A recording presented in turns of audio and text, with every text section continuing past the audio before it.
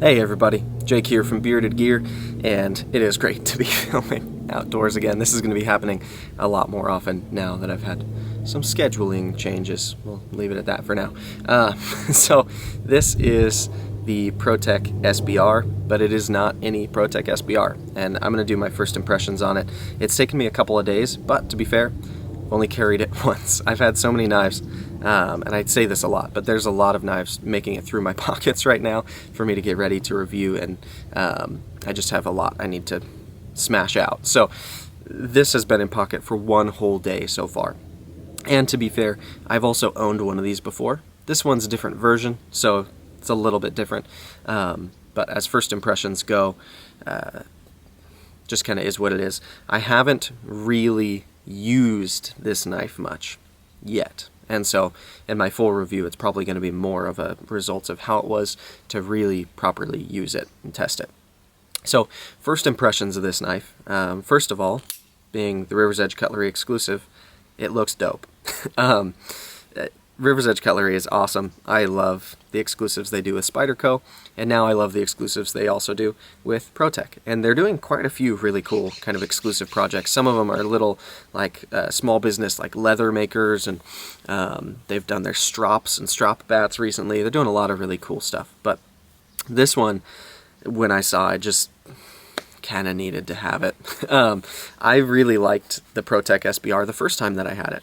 It was a knife that I just found intriguing when I first kind of saw it come out, saw it launch, and I wanted one. So the first one that I bought from a buddy, and it was similar in that it was the same model of knife, but it had the kind of milled handles with the really textured, almost like knurled pattern on the handle scales, and then it was just I think it was a stonewash blade. It was either satin or stonewash. I could look back, I guess, and figure that out.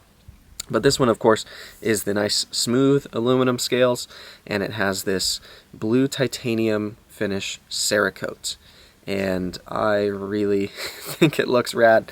When I had seen this knife just in the photos on the River's Edge Cutlery site, and I think it was either them or Protech had teased some photos as they were like being made. I just thought the color looked really cool. They've used this color and a kind of greenish color on a couple of Protech exclusives now. They've done it on the SNG and the Godson. I know they've got another one right around the corner, and I think they've teased they might be doing some of these in green as well. But this blue, it just looks really, really cool. And I talked about this in my unboxing, but I realized that I really like blue as a color. It's one of my favorite colors. And I've owned quite a few blue knives over time, but I didn't have a single blue knife in my collection when I picked this up. And still, it's the blade, it's not the scales, so that's kind of funny.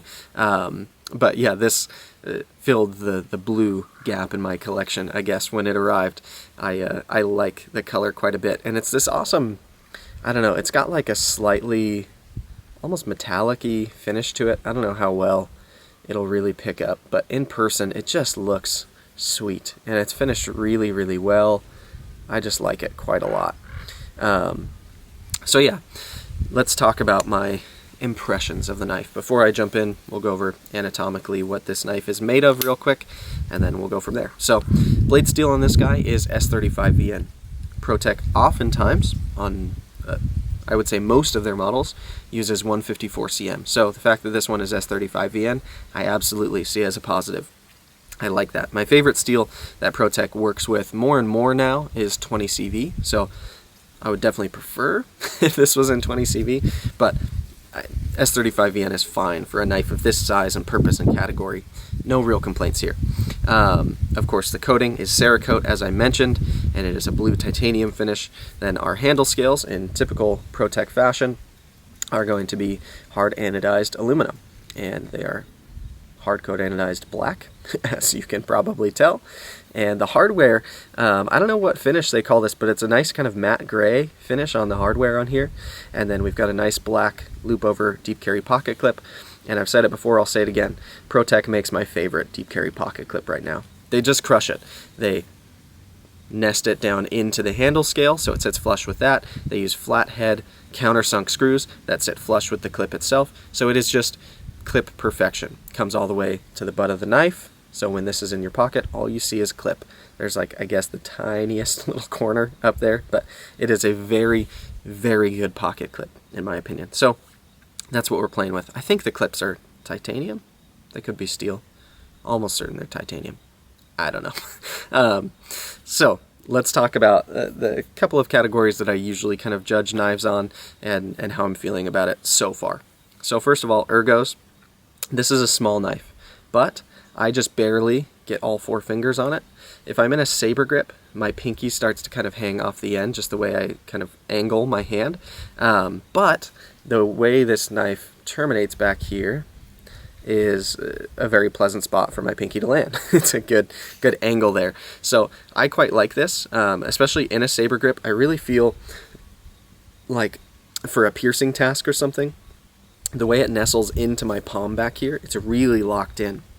And you couple that with this finger groove up here, which you can see is also where they put some of the info about the knife, which is pretty cool. This one's production run 3, number 1451. That's what it says there. But in this finger groove here, I get really locked in. It's just the right size for like the pad of my pointer finger here. Feels really good to me, hammer or saber grip, and either way, I feel really locked into the knife. One of the reasons why I was excited that this one doesn't have the milling like the first one I did have was because I already know the ergos of this knife fit my hand so well that I don't need any extra traction or texture anywhere to make this knife feel locked in. It just already locks in because of the profile of the handle and the way that it's shaped.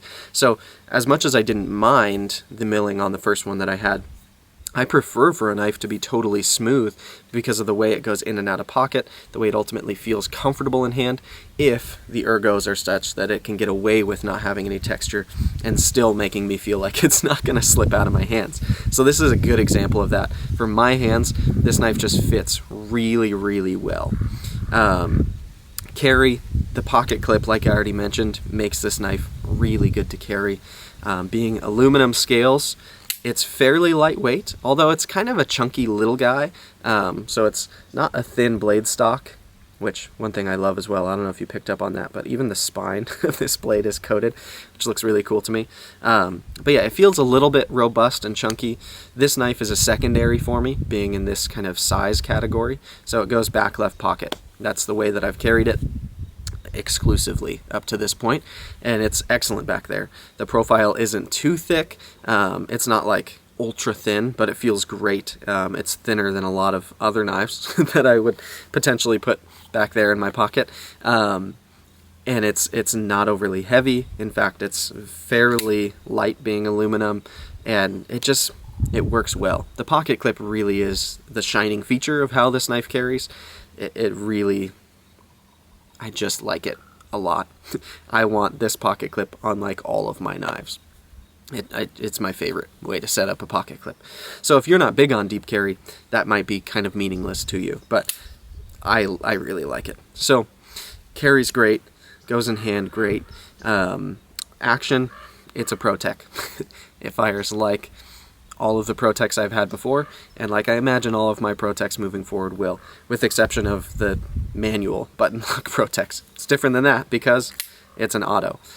It is, of course, a push button side opening automatic. That is what Protech is almost synonymous with at this point. So you just give this button a little press, boom, blade fires out hard. It is snappy, and it sounds and feels like a Protech should, and they are my favorite, I think, side opening automatic knives at this point. I have a couple of, like, in my pocket right now. I have the Microtech Stitch, which is a totally different category of knife, and this one is also a button opening automatic, and it's such a different size that it's hard to really compare it to the SBR, at least. But the Protechs feel snappier. The Microtechs, I have that and the Hawk right now, which are both side opening autos, and they both have kind of more of a thud, but I think that's more just because they're bigger, heavier blades, whereas the Protechs are like slick, they just whip out. So I like that. One thing I just realized I forgot to mention on Ergos is the jimping on here is one point that I would frankly edit about the knife. If you know me, that's probably not much of a surprise. I don't usually really like jimping so much. This jimping isn't so overly aggressive that it's like problematic. It doesn't ruin the knife for me, but I don't like this jimping. It doesn't feel good for my thumb. I don't find that it gives me a better enough purchase on the knife to justify it being there. If it was much finer jimping, or if it was kind of like rounded a little bit, I might feel better about it, but it's just not a comfortable spot for my thumb to really press in, and so I find myself more choking my finger up and kind of going right up here in front of the jimping when I'm like making push cuts or just being in a hammer grip. I can go on the jimping. It doesn't, again, ruin the knife for me, and I can cut with my finger there. It's not a big deal, but it's just not the most comfortable spot for my hand to land because I don't prefer that jimping. Anyway, carry's good. Ergos are good. Action is excellent. It's a good Protech action. So what that leaves us with is cutting performance. Now, like I said, this one I haven't really cut with much yet. I think I've opened like 2 packages with it. Very light duty. The day that I carried this, I just didn't have many tasks come up in front of me. And so I will be carrying and using this knife a lot more to prepare for my full review. But what I can say so far is that I don't have any issues with it. The edge that came on it is very sharp, like sticky sharp. Even I've never gotten a dull Protech, but this feels especially sharp for some reason. Maybe because it's an exclusive, it got a little extra attention or something. I don't know, but it's a very sharp edge on here. And the profile, it's definitely not a thin little slicer. This is a stubby, chunky little guy, and I would love to have seen them go with like a hollow grind on here or something, make it thinner behind the edge, and in my opinion, what would then be a better slicing profile. But the nature of this knife is also, it feels to be kind of designed to be a robust, thick little guy. And so it's not thin behind the edge. It's not the thickest behind the edge that I've ever felt, and the edge that's on it is phenomenal, so I imagine it's going to cut well. And from what I've experienced on my first one and so far on this one, it does cut well. But it's not like a slicing dream, and I just don't think that's really what they're going for on this guy. So anyway, this is the Protech SBR. It is a Les George design. I don't think I mentioned that.